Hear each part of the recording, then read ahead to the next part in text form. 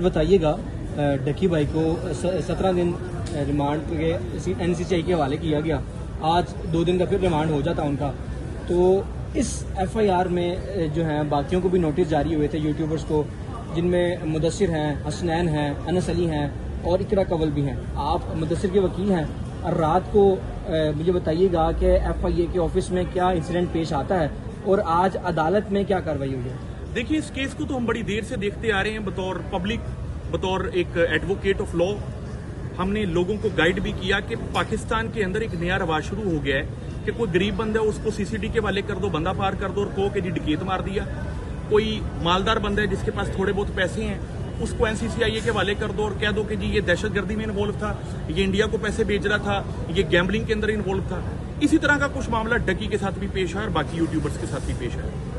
मैंने कई मरतबा कहा कि इन लोगों की माफिया तलाफियां करवाएं, इनको बताएं कि ये जुर्म था ताकि ये आइंदा ना करें, लेकिन इसको इस तरीके से मत ट्रीट करें कि ये इन लोगों को निशाने इबरत बना दिया जाए। कल हमारे पास एक केस आता है, हमारे एक क्लाइंट को जिसका नाम मुदस्सर था, उसको NCCI में इलीगल डिटेंशन में रखा जाता है। हम एक हेबियस पिटीशन फाइल करते हैं और हेबियस पिटीशन फाइल करने के बाद बैलफ अपॉइंट करवाते हैं। मियां अजीम साहब और इनके साथ बैलफ साहब जब थाने में पहुंचते हैं तो NCCI के एहलकारान इनके साथ बदतमीजी करते हैं, गालम गलोच करते हैं, मज़ाहमत करते हैं, कार्य सरकार में मुदाखलत करते हैं। और आज वो पूरी रिपोर्ट जो बैलफ साहब ने आज कोर्ट में सबमिट करवाई, एडिशनल सेशन कोर्ट साहिबा की कोर्ट में जब सबमिट करवाई तो उन्होंने बड़ा सख्त ऑर्डर पास किया।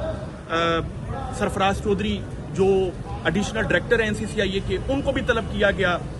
एक शुएब नामी एक डायरेक्टर को तलब किया गया, जवार नामी एक डायरेक्टर को तलब किया गया, डायरेक्टर लीगल को तलब किया गया और इन सारे डायरेक्टर्स को तलब करके पूछा गया कि इन्होंने कार्य सरकार में मुदाखलत क्यों की, इन्होंने ये जुल्म क्यों किया। इसके लिए उनके पास कोई जवाब नहीं था।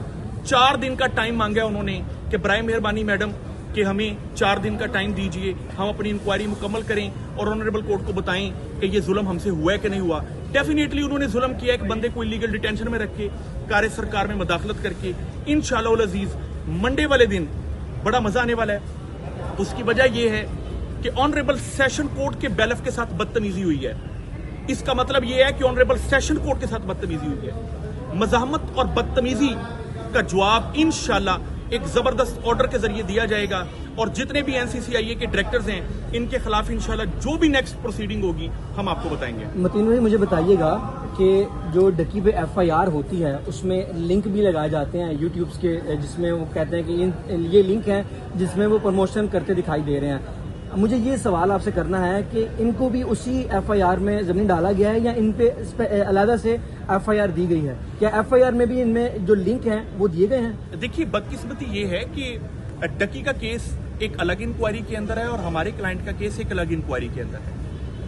होता ये है कि पुलिस डिपार्टमेंट के अंदर NCCI, पीरा फोर्स या ये पंजाब पुलिस है या इस तरह के जितने भी डिपार्टमेंट्स हैं जो लॉ इन्फोर्सिंग एजेंसीज हैं, ये किसी एक कल्प्रिट को पकड़ते हैं और उसको इतना निशाने इबरत बना देते हैं कि उसके नाम पर बाकी लोगों को जब इंक्वायरी नोटिस जाता है तो वो अपना सब कुछ देने के लिए तैयार हो जाते हैं। वो मुलजम हैं या नहीं है वो बात की बात है। उस डर और खौफ के माहौल में सब कुछ देने के लिए तैयार हो जाते हैं। तो सर, डकी को निशानी इबरत बनाने के लिए पकड़ा गया?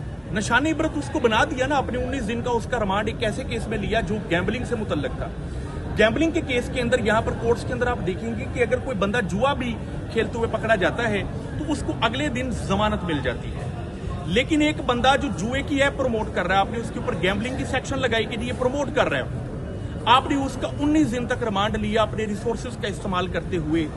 ये उस शख्स के साथ बड़ी ज्यादती है और इसका जो आंसर है ना वो अल्लाह पाक ने देना है इंशाल्लाह। अल्लाह पाक जब देखता है कि कौम के अंदर जो हुक्मरान है वो जुल्म कर रहे हैं अपनी राया के साथ, तो वो उस कौम के अंदर फिर जलजले भी आते हैं, फिर उस कौम के ऊपर सैलाब भी आते हैं। उस कौम को अल्लाह इशारे दे रहा होता है कि ये ज्यादतियां और ये जो जुल्म की दास्तानें आप नहीं रोकेंगे तो फिर अल्लाह कि ये जो अल्लाह की तरफ से आफतें आती हैं ये उसकी निशानी है।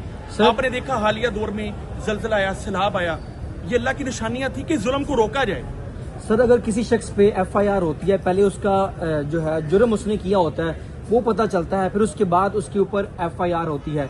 लेकिन सर आज ऊपर तफ्तीशी ये बता रहे थे कि हमने अभी लोग ढूंढ रहे हैं जिनके साथ फ्रॉड हुआ है। सर ये क्या चक्कर है? पहले तो आप कुछ शख्स ढूंढें जो कुछ सामने है जिनके साथ कोई लॉस हुआ है, ऐसा कहाँ पर होता है कि पहले FIR की जाती है, बाद में लोग ढूंढे जाते हैं? देखिए, ये तो अदालतों ने डिटरमिन करना है कि जब अदारे अपनी पावर्स का मिसयूज करेंगे तो उसको कर्टेल करना है अदालतों ने। इंशाल्लाह हम एक रिट फाइल करने जा रहे हैं हाईकोर्ट के अंदर कि ये जो जुल्म की दास्तान NCCIA की तरफ से या बाकी लॉ एनफोर्सिंग एजेंसीज की तरफ से शुरू हुई है, इसका प्रॉपर हम मुकाबला कर सकें।